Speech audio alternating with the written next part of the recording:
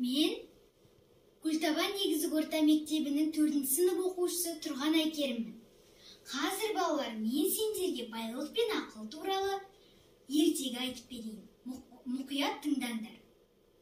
Байлық пен ақыл. Бір шалдың 4 ұлы болыпты. Бір күні шал балаларын жинап алып, мен қартайдым, енді үй иесі болатын уақыттарым жетті. Кімнің ақыл мен байлығы сай болса, сол менің мұрагерім болады.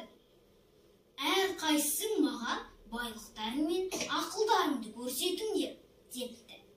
Сонда ең үлкен ұлы әдемі асыл тасты жүзік салған қолын көрсетіп, міне менің байлығым, ал кім бай болса, сол ақылды, депті.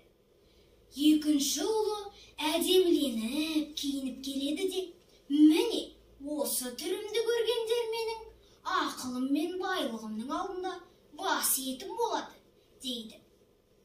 Үшінші ұлы болса, әдемі асыл тастармен әшекейленген белдігін буынады да, мұндай белдікті ешкім ешқашанда тағып көрген жоқ, дейді. Сонда шал үлкен балаларына қарап, басын шайқайды да, кіші ұлына, сен неге үндемейсің?